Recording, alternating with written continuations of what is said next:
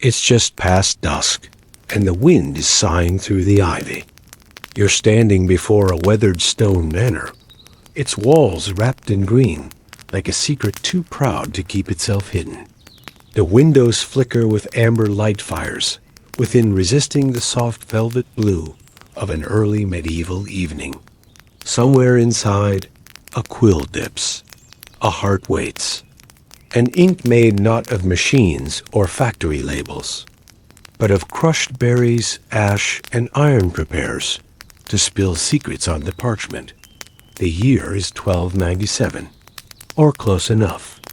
You won't need your calendar tonight. You slip inside the manor. It smells of beeswax and cool limestone. The flagstones beneath your feet are uneven, some smoothed by centuries of footsteps, others stubbornly jagged, like they still haven't accepted their part of a house.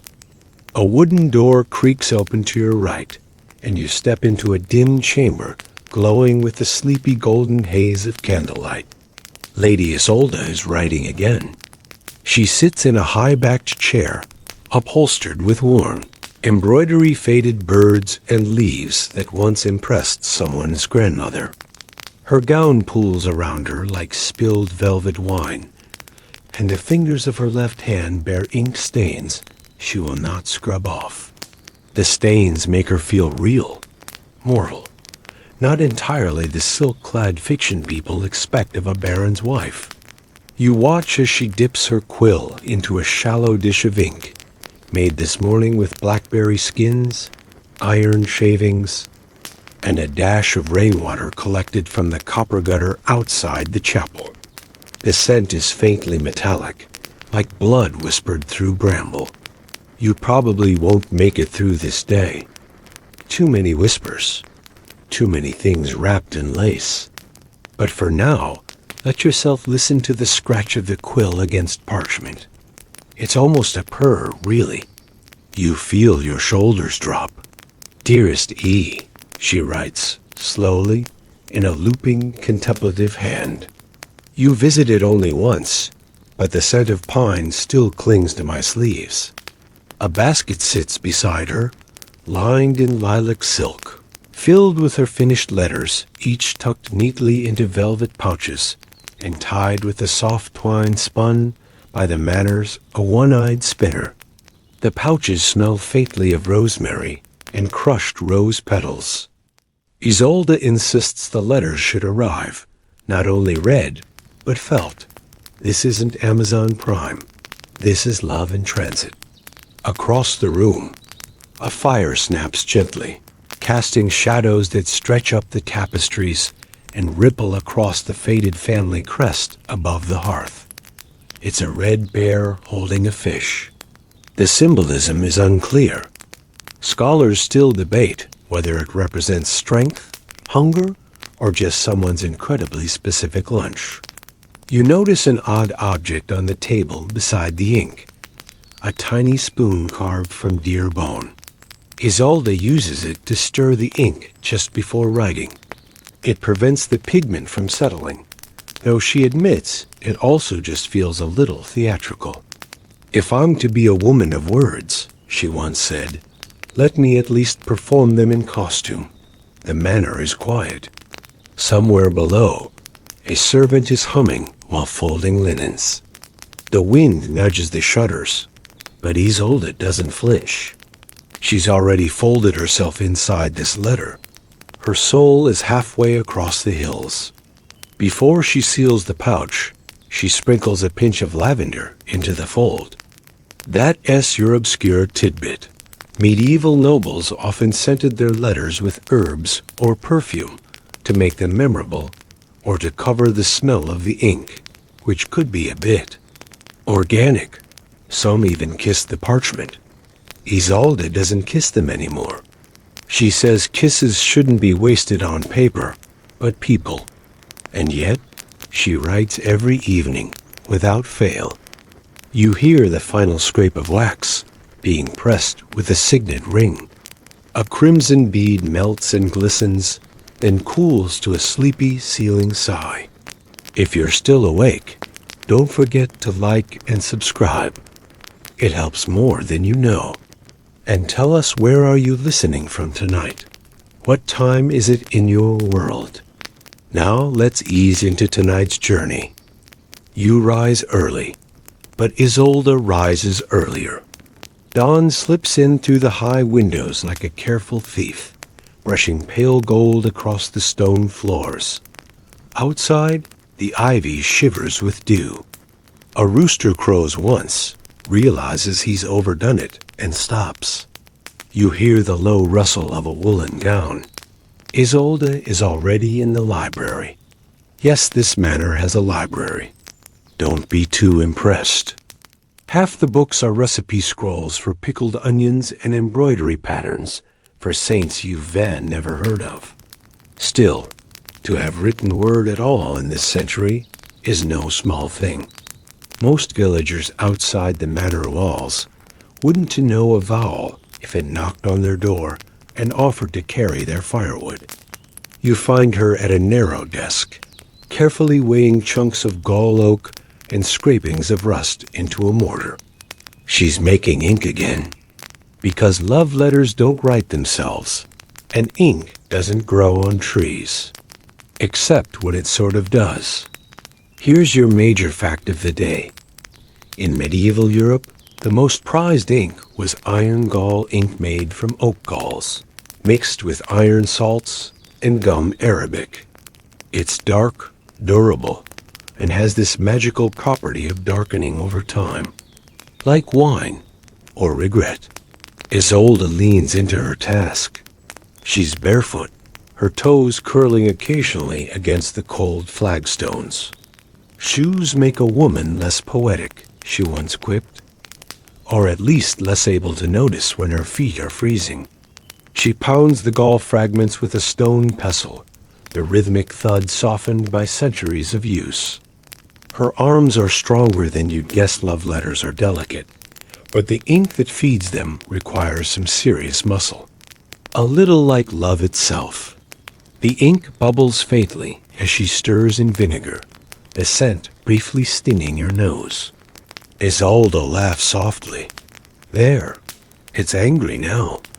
That means it's ready. Next to the mortar sits a collection of strange ingredients. Powdered elderberry, a chip of antler, the tail feather of a kestrel. She's been experimenting. Last month she tried mixing an ash from a burned love poem. It made the ink gray and a little smudgy. She liked it. You lean against the stone archway and watch her pour the fresh ink into a narrow glass vial. She labels it with a slip of parchment, E7, and adds it to the shelf beside 11 other vials. Yes, she tracks them. No, she's not entirely sure which E she's writing to anymore. Historians still debate whether these letters were truly meant for one person or many. The ambiguity is part of the legend. Your nose itches. That's the rosemary drying on the windowsill.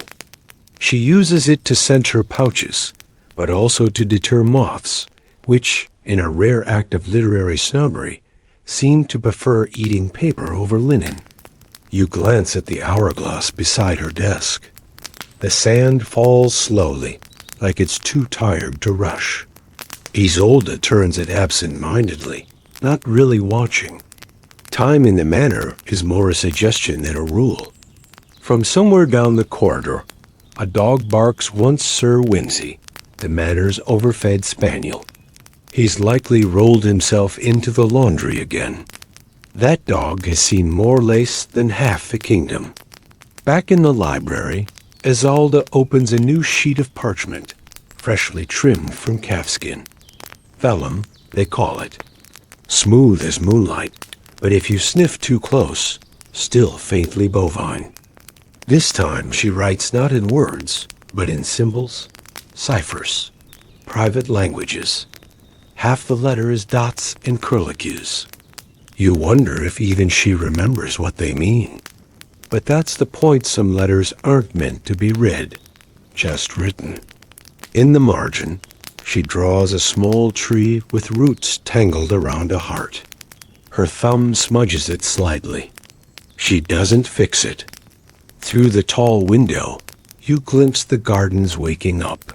Lavender bushes nod in the breeze. The gardener, Thomas, limps past carrying a basket of squash and humming a song that contains, somehow, the exact number of notes required to irritate every sparrow in the vicinity. And inside the library, the ink has begun to dry. Isolde sighs, not sad, not tired, just human. The fire crackles faintly. The letters wait in their velvet skins. And you're still here. The manor's kitchen breathes with warmth.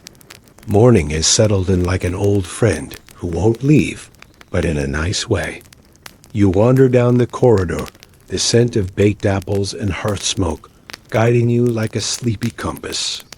The floors here are worn smooth from centuries of bare feet, pattering wooden clogs, and the occasional dramatic exit after a failed pudding. Lady Isolde stands beside the long oak table, a pewter bowl in her hands, her hair braided loosely over one shoulder. She isn't cooking heavens, no, but she supervises with the quiet intensity of someone who knows the true battlefield is not in court, but over a proper custard. A maid, young and rosy-cheeked, is boiling elderberries in a small cauldron over the fire. The berries burst softly, releasing their purple juice with a sleepy sigh. This is not dessert. This is ink ingredient collection, batch number whatever we're on now. Isolde has taken to reusing berry mash after meals. It's her subtle rebellion against waste, and also against overly tart pies. Today's letter will be written with a tincture of elderberry and walnut husk, mixed with soot collected from the chapel's old brazier. That's your major historical fact. Medieval inks were often improvised, depending on what was locally available. If the bishop had burned too much incense, you could expect some truly dramatic gray tones in the following week's poetry. As the elderberries simmer, Isolde pulls out her pouch of dried flower petals and begins selecting which ones will go into today's letter. She mutters to herself, "No rose today. Too tragic. Lavender? Maybe marigold? Cheerful, but looks like it's trying too hard." You notice a bundle hanging near the chimney twigs tied together with string, dangling upside down. It's not decoration. These are ink wards, believed by some scribes to keep spirits from interfering with their work. Your obscure tidbit of the day. No one agrees whether this was true protection or just a very organized form of superstition. Either way, they smell like dust and hope. Isolde steps outside for a moment, and you follow. The air is fresh, kissed by dew. The herb garden stretches along the edge of the courtyard, little wooden markers poking out from the earth. Thyme, mugwort, rue. Some of them are spelled phonetically, or wrong altogether. Her gardener is passionate, not literate. You pause beside a wooden bench carved with initials. Not hers. She traces a finger over the letter A. You don't ask. You don't need to. Every letter she sends out now is part of an alphabet that began with someone long gone. She picks a sprig of lavender, twirls it absent-mindedly between ink-stained fingers, and says without turning, "Love is never really written down, you know. It's only ever translated." The maid calls from the kitchen that the ink has cooled. Isolde nods once, plucks a mint leaf for scent, and disappears back into the manor like she's part mist. You follow. Back in her writing room, she selects a new parchment. This one is thinner parchment made from sheep rather than calf. Slightly rougher, slightly more honest. The quill dances. "E," she begins again. That's it. Just E. And then, I dreamed of a river last night. It whispered your name against the rocks. I forgot what it said next. She pauses. The wax seal from yesterday sits beside her, half melted. She idly rolls it across the table. Historians still debate whether Lady Isolde ever sent these letters at all, or simply made a ritual of writing them and burning them on feast days. No evidence has survived beyond her ink-stained desk and a single velvet pouch found under the chapel floorboards in 1632. Inside it, no letter, just a dried marigold and a feather. But for now, the ink is still wet, the candle still burns, and you're still here. Somehow, and so is she. Afternoon sneaks up on the manor like a cat on a windowsill, quiet, sun-soaked, and a little too pleased with itself.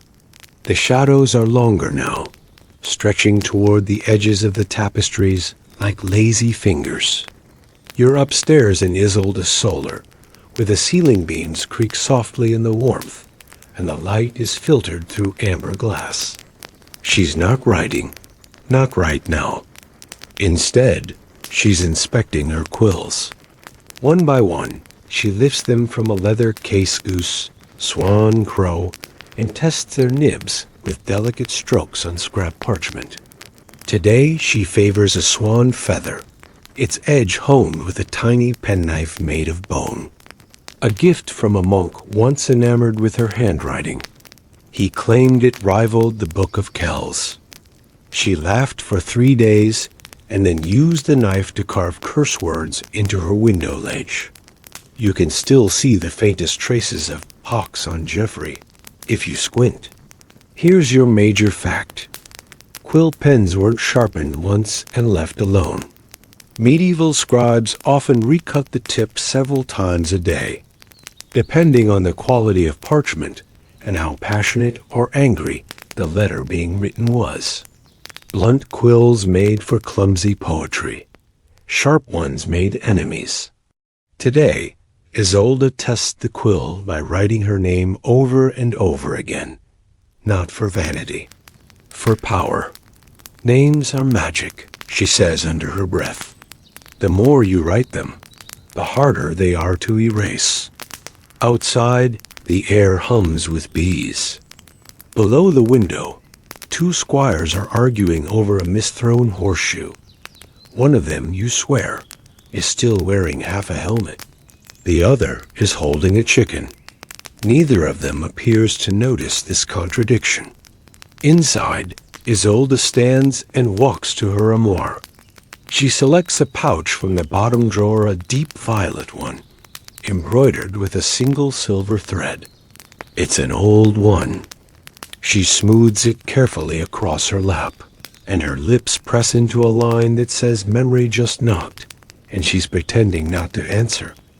She hasn't slept well in 3 nights. You can see it in the shadows under her eyes, and the way she lingers too long on the edge of chairs. Last night, she swore she heard scratching behind the wall. Just mice, the steward said.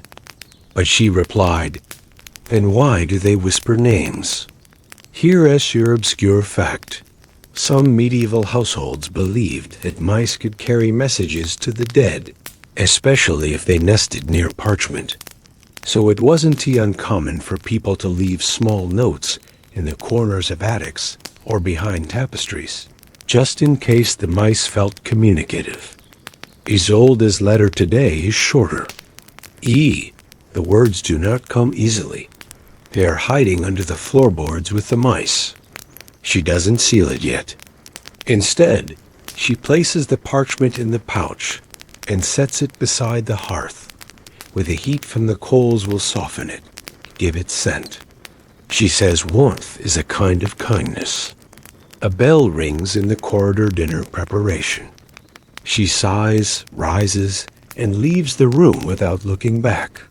The letter waits, alone in its violet skin, and you begin to understand, sometimes writing isn't about the reader. Sometimes it's about surviving the day.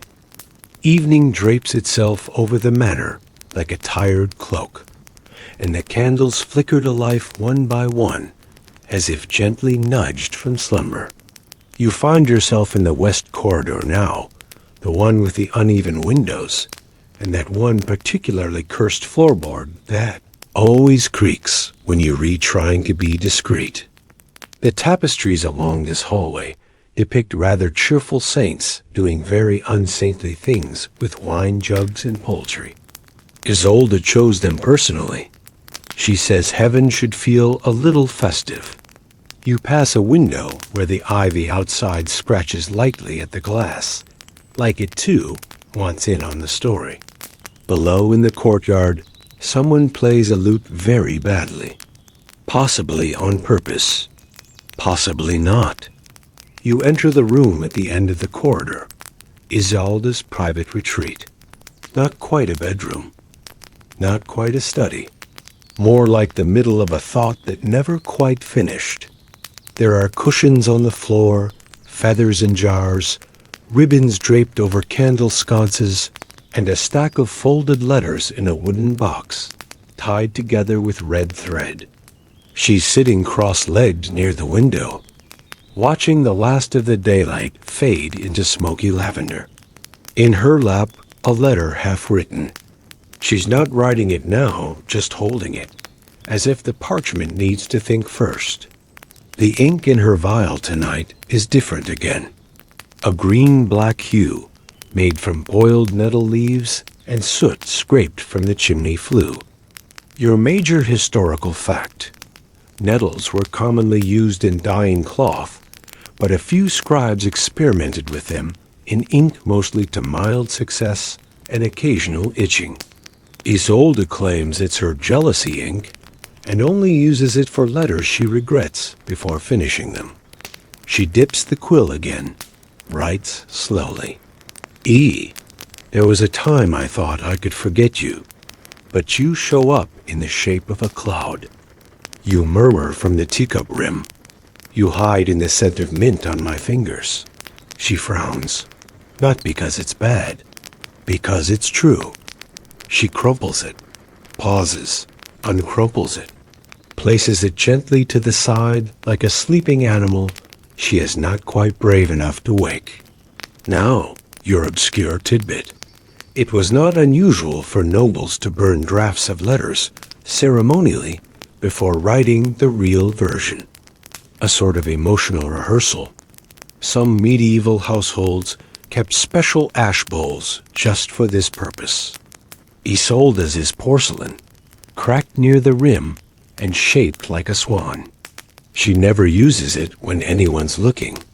She reaches into a nearby drawer and pulls out a roll of parchment already half covered in symbols. Not Latin, not even letters. A sort of dream language she's developed over the years.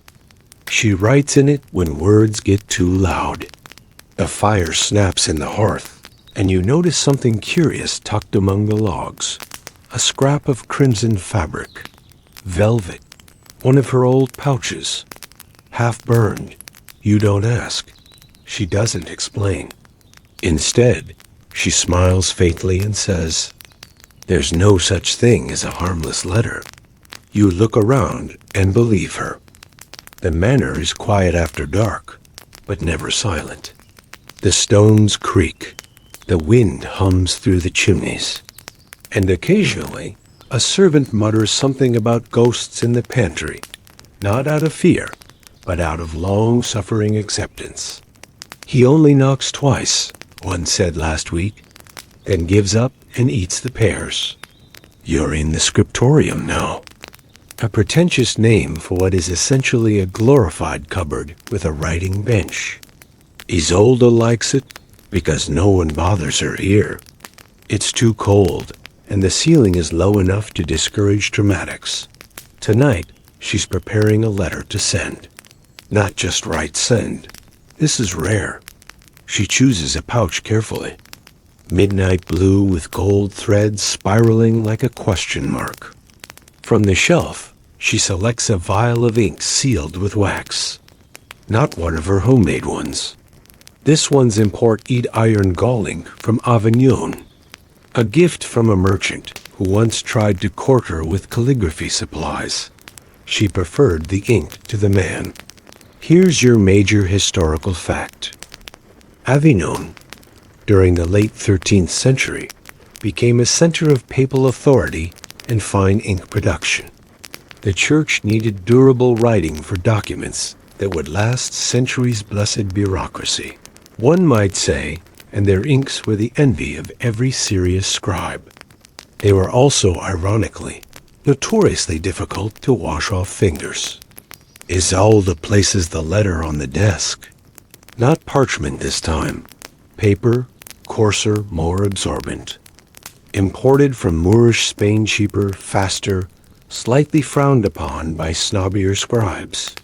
She writes, If you receive this, it means I've stopped waiting, but not hoping. She signs it with a flourish, dips the quill again, and draws a small symbol in the bottom right corner, a star inside a heart. You've seen it before. On the box in her retreat.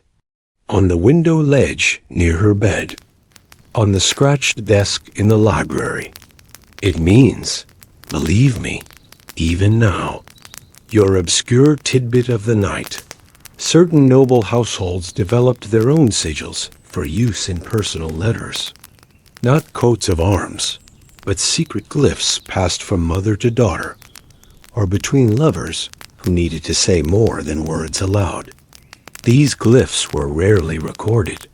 They lived only in ink and memory. Isolde folds the letter, ties it, seals it, presses her thumb to the wax. Then she waits and waits until a cloaked figure appears at the door of the scriptorium. Not a ghost, not quite. The manor's messenger old, silent, and possibly retired 4 times over. He doesn't speak. He just takes the pouch, nods once, and disappears into the night like punctuation. Isolde leans back in her chair. She doesn't say anything for a long time. Then softly, some letters travel better in the dark. She looks at you, not startled, not smiling. Just knowing you've been there all along. You're still here? And because you are, she pours another vial, prepares another page, and begins again. Night has sunk into the stones, filling the manor's crevices like wine soaking into linen. The great hall is quiet now, its long tables bare save for a few wax drippings and a single bowl of apples left behind like an afterthought. You drift in slowly, following the gentle rhythm of slippered footsteps. Isolde's, faint but deliberate. She isn't here to dine. She's here for the acoustics. The high ceilings and thick walls make the hall a kind of echo chamber, a secret confessional for a woman with too many words and no priest she trusts. She's brought no paper, no quill, just a pouch of letters already written. She holds them like a rosary touching each velvet fold, whispering something you can't quite hear. Maybe names, maybe memories, maybe both. She crosses to the hearth and places the pouch on the mantel. It stays there, unburned, unopened, unsent, and then softly she begins to hum. Not a tune you recognize, not something meant for others.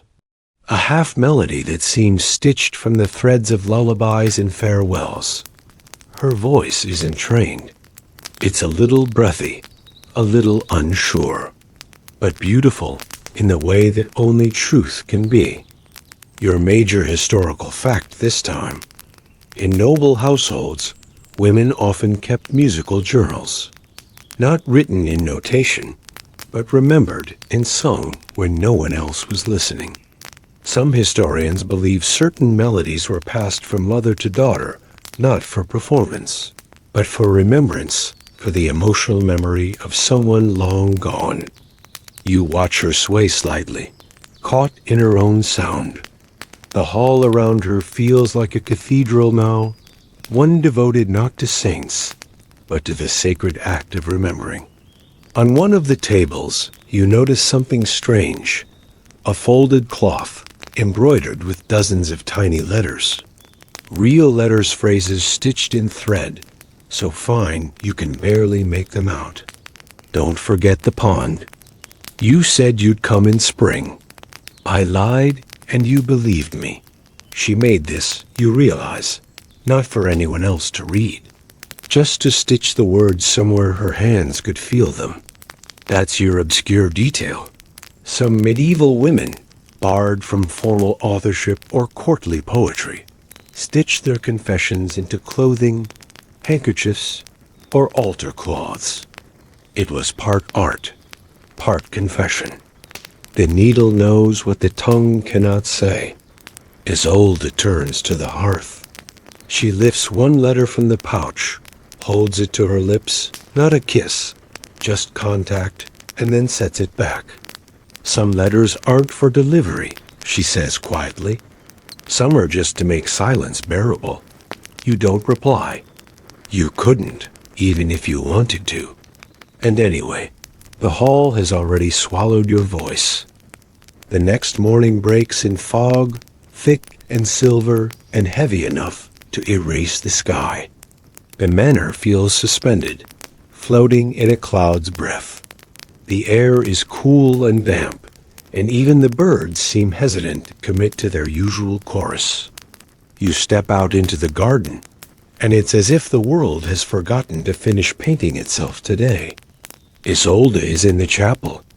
It's a small stone structure just beyond the east gate, nestled between hedgerows and old willow trees that lean like gossiping ants.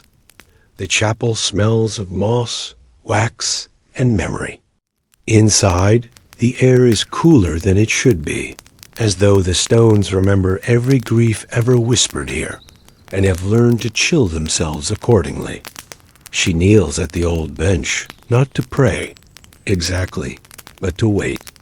In front of her sits another pouch, this one wrapped in a silken handkerchief dyed indigo. There's something inside the pouch heavier than paper. A locket, perhaps. Or a coin. She doesn't open it. She's here for the acoustics again. The chapel has its own echo sharper, holier, but lonelier. She pulls out a fresh sheet of parchment. It's darker than usual, handmade, possibly even dyed in elderberry juice. One of her experiments gone slightly sideways. The color lends the words more gravity, she says, as if sorrow needs help being dramatic. She dips the quill and writes, I confessed nothing, but everything I wrote was true. She doesn't sign it. She doesn't fold it. She lays it flat on the altar, where the morning light, such as it is, catches the edge of the ink and turns it the color of morning violets. Here's your historical fact. In some parts of medieval France, widowed noblewomen would leave anonymous letters in church naves or chapels notes written not to God, but to their lost partners, lovers, or children. Most were destroyed by priests. A few survived, hidden in floorboards or hollow altar stones, discovered centuries later like pressed flowers. Isolde stands. She touches the edge of the parchment with 2 fingers, whispers a line too soft to catch, and turns away. The letter stays behind. And here is your obscure tidbit. Medieval ink could sometimes be made invisible with lemon juice, only revealed with heat. Isolde once tried it, wrote an entire letter, and sealed it with blank parchment. When asked what it said, she replied, "Nothing, unless the right hands find it." Outside, the fog has started to lift. She steps into the clearing like a woman returned from a long silence. And you? You're still with her, still tracing each ink line, each silence, still wondering what's in the next pouch. The manor buzzes with activity today, though.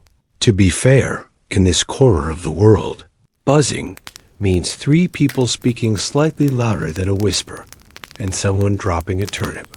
Still, compared to the usual hush, the place feels downright theatrical.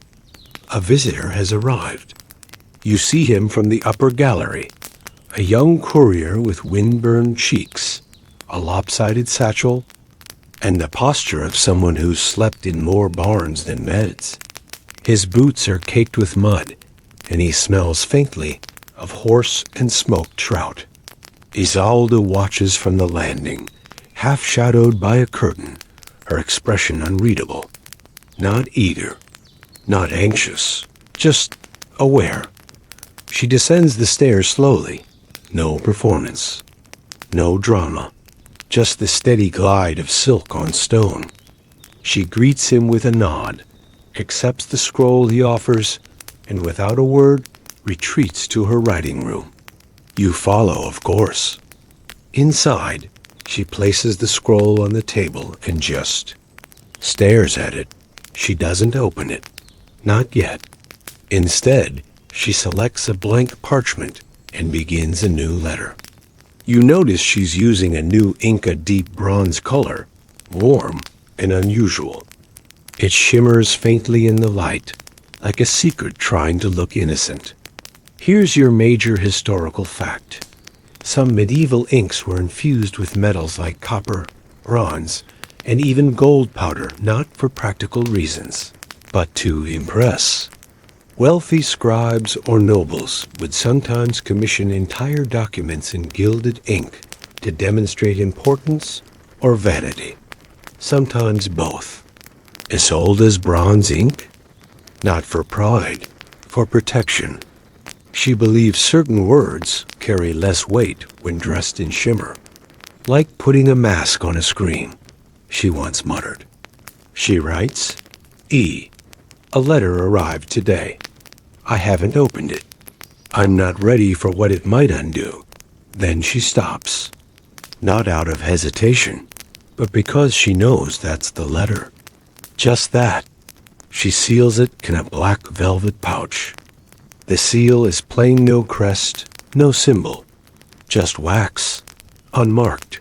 And only then, finally, she breaks the scroll's seal. You can't see the words. You only see her face shift barely, like someone remembering how to breathe underwater.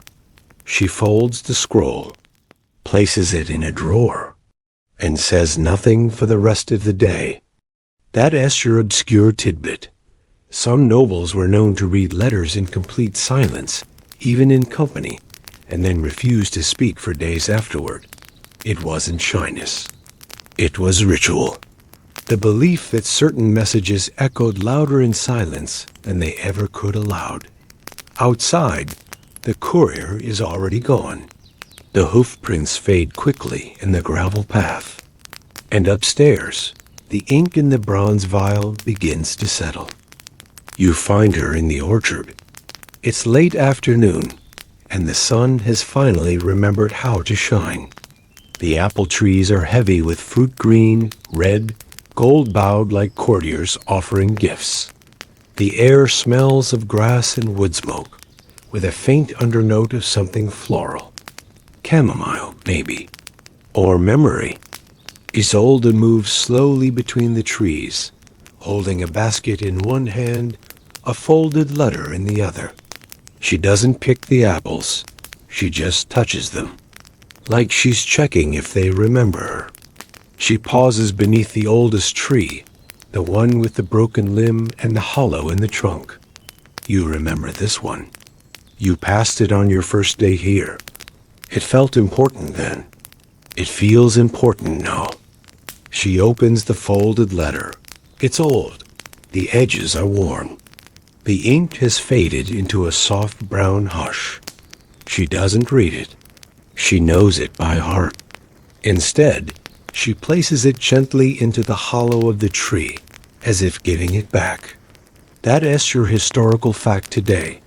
Some lovers and correspondents in the Middle Ages used trees as secret mailbox, especially in rural or heavily guarded areas. They'd tuck messages into hollows, under roots, or tie them with thread beneath branches. Arbor posts, they were sometimes called. Forest gossip, essentially. Isolde steps back and whispers, "It belongs here now." Then she turns, walks a few paces, and sits on the ground. Her gown gathers leaves like compliments quiet, accidental, unavoidable. She pulls a new parchment from her sleeve. You didn't even see her tuck it there. She writes, "E. What I buried was not the letter, but the version of me that needed to write it." She pauses, nods, and folds the page. The ink today? A simple brown, made from walnut husks soaked for 3 days in rainwater. Gentle, honest, a kind of truth that doesn't raise its voice. Here's your obscure cultural detail. Walnut ink was believed by some medieval herbalists to be good for the soul and the skin. Some even rubbed it on wounds to hasten the closing of the heart. No one agrees whether they meant emotional or physical healing. Maybe both. Isolde adds the new letter to her basket, not to send, to keep. She says she's starting a graveyard of things that never needed to be spoken. She picks one apple before leaving. Just one. Back in the manor, she cuts it carefully, lays it on a wooden plate, and places the plate beside her writing desk. A silent offering. To memory. To words. To endings that never quite end. And upstairs, in the hollow of the old tree, the letter sleeps. Rain taps gently on the shutters like a bored minstrel who doesn't want to come in, but also doesn't want to be ignored. It's not a storm, just a long, thoughtful drizzle, the kind that turns gravel into quiet and breath into fog. The manor feels smaller in the rain, closer, as if every stone is leaning in to listen. Isolde is in her bedchamber, not sleeping. She rarely sleeps when it rains. Something about the sound makes her mind itch with unfinished sentences. She sits beside the window, wrapped in a quilt stitched with birds and moons. In her lap, a letter from weeks ago, unopened, hers.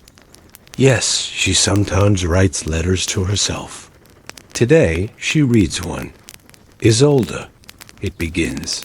No initials, no flourish. Just the name, plain and quiet. You said you'd forget. You lied beautifully. She doesn't cry. She doesn't flinch. She just reads it like she's reading someone else's fortune, vague, strangely accurate, a little embarrassing. Here's your major historical fact. Self-written letters, or epistolary reflections, were a common practice among mystics, hermits, and even some aristocratic women. Not diaries, but structured letters to future or past selves used to process grief, passion, or spiritual doubt. Often, they were hidden in book bindings or sewn into clothing hems. Isolde folds the letter, places it back into the pouch, and then, curiously, draws a little face on the pouch's edge. Just eyes and a line for a mouth. A witness, maybe. Or a mirror. You glance at the ink pot she's using today. It's reddish, almost rust. A blend of beetroot juice and iron filings, left overnight in an oak bowl. Smells faintly of vinegar and memory. Isolde calls it honesty ink. Says it stings more when you write the truth with it. She picks up a new parchment. Begins slowly. E. If I disappear one day, know that it won't be sudden. I've been fading for years. Quietly, like old ink on an overhandled page. She doesn't seal this one. She leaves it open on the bedside table, beside the apple core and the cold candle stub. Your obscure detail tonight. Some medieval households believed that unfinished letters should be left beside the bed when you sleep. The soul, they said, may want to continue the conversation while you dream. The rain continues. The ink dries. And somewhere between the candle's last breath and the letter's soft hush, she drifts into sleep. You wake to the scent of ink. Not parchment, not firewood. Ink. Fresh, earthy, metallic like rain mixed with rust and regret. Isolde is in the south turret, the smallest room in the manor. It's barely wider than a staircase and lined with narrow arrow-slit windows. No one comes here, which is exactly why she does. The desk in the turret is crooked. The floor tilts slightly, like it once tried to escape gravity and gave up halfway. The only furniture is a stool, a shelf of ink vials, and a tiny mirror hung low enough to catch your reflection when seated, if you're looking. She is, not to admire, just to check if she still looks like someone who writes this much. She smiles faintly. Still me. Today's ink is made from crushed hawthorn berries and rainwater. It's pinkish at first, but dries brown. The transformation makes her laugh every time, like a secret with stage fright. Major historical fact: hawthorn was used in both medicine and ink across medieval Europe. The berries were believed to protect the heart physically and metaphorically. Some healers even carried vials of hawthorn ink as talismans during travel. Isolde dips her quill and writes not on parchment, but on cloth. A handkerchief. Linen, embroidered at the corners with tiny flowers, and if you look closely, letters. She's writing a poem, line by line, across the threads. The ink bleeds slightly, but she doesn't mind. If I carried you in my sleeve, would you still pretend I wasn't holding you? She pauses, frowns, rewrites the line, softer. If I carried you like thread, would you still call yourself free? The cloth flutters slightly in the window's draft. She places it on the windowsill to dry, not to send, to keep. A letter you can fold and wear. Here's your obscure tidbit. Some women in the Middle Ages stitched letters and messages into their clothing linings, often for lovers, sometimes for enemies. A few even stitched escape plans, maps, or codes into their hems. These were not women to underestimate. Isolde stands, stretches, and runs a hand along the dusty windowsill. A single feather rests there, goose, gray, perfect. She pockets it, and as the ink dries on the linen, you realize she's running out of things to say, which means something is about to end. The manor's west wing sighs when you walk through it, as if it hasn't seen a soul in years, and is mildly disappointed that you're not carrying wine. Dust carpets the floor like a tired welcome mat. You catch glimpses of past dinners in the faded shadows on the walls, once gold wallpaper, now the color of boiled oats. Isolde's here too, of course, where she shouldn't be. This part of the house was meant to be sealed after the roof started leaking and the staircase started leaning like a drunk monk. But she's not looking at the ceiling. She's looking at a locked cabinet, small and iron, tucked behind a tapestry of St. Apollonia, holding her infamous pincers. The cabinet has no keyhole. It opens only with pressure 3 firm knocks and a tilt of the wrist. Like most secrets, it doesn't want to be found, but it also doesn't want to be alone. It creaks open. Inside, letters, not hers, not even written to her. Letters scavenged, stolen, inherited, no one's quite sure. A small collection of human ache, bundled in twine and linen. She reads one at random. October 14th, 1263. He left his comb. I kept it, and now every morning I pretend I'm brushing someone else's hair. You read over her shoulder and feel the intimacy crawl into your skin like a secret whispered too close. Historical fact.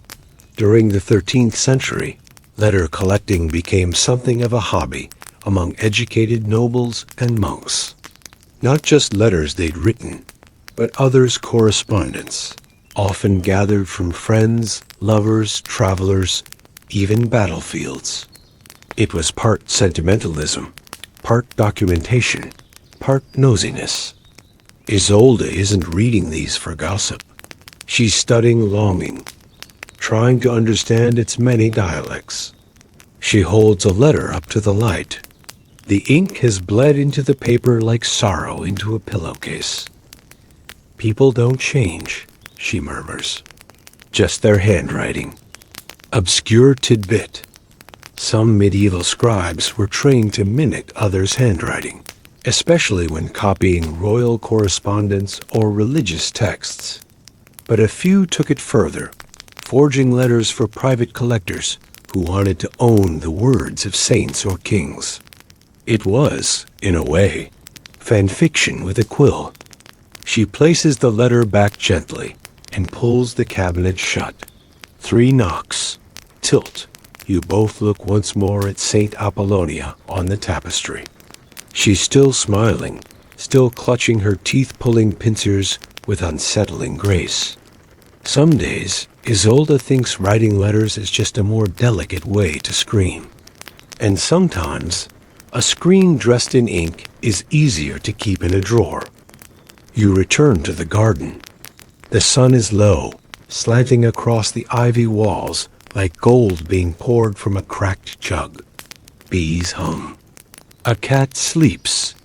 The air tastes like chamomile and baked stone. Isolde is kneeling in the dirt, hands stained with crushed petals. Around her are scattered scraps of fabric, bark, dried leaves, odd materials to anyone who isn't her. She's writing again, but without ink this time. Instead, she dips a broken twig into mashed violet petals, mixed with rainwater and a drop of honey. The color is pale and erratic, and the lines come out like bruises on linen. She's testing, playing, saying things she doesn't know how to keep. If I forget your name, remind me gently. If I forget my own, stay silent. She blots the line with a sprig of rosemary. Historical fact. Some medieval texts were written with plant-based inks that faded with exposure to sunlight. These vanishing inks were used for temporary notes or spiritual rituals, especially by certain monastic orders who believed the sacred should not be permanent. Isolde doesn't believe in permanence either. She says the wind remembers better than paper. Today's obscure tidbit.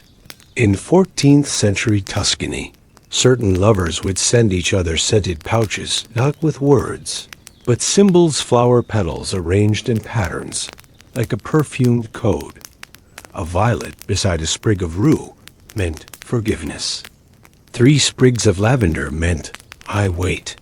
No one ever sent mint. 2 final. Isolde gathers the cloths, folds them gently, and places them in a hollow in the garden wall. No one checks here but time, she says.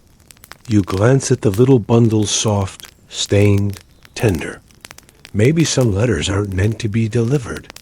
Maybe they just need to rest close to stone and closer to earth. As she brushes dirt from her dress, the wind picks up. One of the cloths flutters free, tumbles toward the lavender, and lands softly in bloom. She doesn't chase it. She just watches it go and smiles like someone who knows the difference between lost and released. The manor falls into a hush that only old buildings know how to hold, one where every creak has dignity, every shadow takes its time. You're back in Isolde's writing room. The candles half melted, the scent of warmed wax thick like sleep.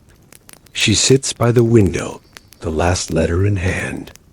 It isn't on parchment. It's written on the inside of a mulberry leaf, pressed and dried flat as a whisper. The ink is nearly invisible, a ghost of language. She reads it aloud slowly, like the words could still change their mind. Dearest, if you return in spring, speak not my name. Let it bloom on its own. Outside, the moon slips from a cloud like a pearl falling from silk. The air is cool now, scented faintly with mint and soil. Historical fact: mulberry leaves were used in medieval times not just to feed silkworms, but as writing surfaces in certain Eastern courts.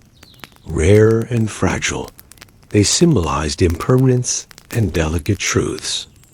Isolde tucks the leaf inside a velvet pouch, the last one. There is no wax seal, no perfume, just breath. She presses her lips to the pouch gently before tying it shut. Done, she whispers, not like an ending, but like a lullaby's final note. Tonight's obscure tidbit. In some medieval courts, women believed that whispering their dreams into a cloth pouch and sleeping with it under their pillow could protect the dream and bring it true. Scholars suspect this may have started as a practice of grief-preserving messages never spoken aloud. The pouch is placed atop the others. She doesn't number them. She knows the order by weight. Historians still debate whether Lady Isolde's letters were ever sent, if they were real, or simply inked devotionals to people who never existed outside memory. A few were found, centuries later, sewn into the lining of a forgotten bishop's robe. But no one knows why. She leans back in her chair now, arms wrapped around herself the way a book wraps around a story. You sit with her, quiet, present. A breeze rattles the window panes. The ivy rustles like it's reading the walls. You think of the letters that bury ink, the burnt petals, the stolen handwriting, and the cloths tucked into the garden wall. You remember the garden path, the silver bowls of dew, the bees who seemed to gossip. You remember the hollow ache of a letter that never left your hand. And slowly, so slowly, the candlelight bends low, softening around the edges of the room. The shadows stretch like cats. You close your eyes for just a moment. Just one. Now, let it all soften. Let the parchment crinkle fade into the rustling of leaves outside your window. Let the candlelight flicker behind your eyelids, warm, slow, without urgency. You've walked the old stone halls. You've touched the ink-stained cloth. You've heard the words that were too tender for reply. There is nothing left to read tonight. Just the memory of violets and rosemary, the echo of velvet folding over secrets, the feeling of a letter resting against your chest, saying everything you never dared to speak. Outside, the ivy sleeps. The moon keeps time. You breathe in. The scent of old ink, of cool stone, of stories folded carefully into darkness. And as you breathe out, let it all fall away. The manor disappears into mist. The windows close softly. The letters are no longer waiting. They are at peace. You are too. Your hands relax. Your shoulders lower. The weight of the day slips like melted wax into the folds of sleep. And in the quiet between thoughts, where the quill no longer scratches and the wind no longer rustles, there is just stillness. There is just rest. Good night, gentle traveler. May your dreams write only kindness, and your heart always find a parchment soft enough to hold it.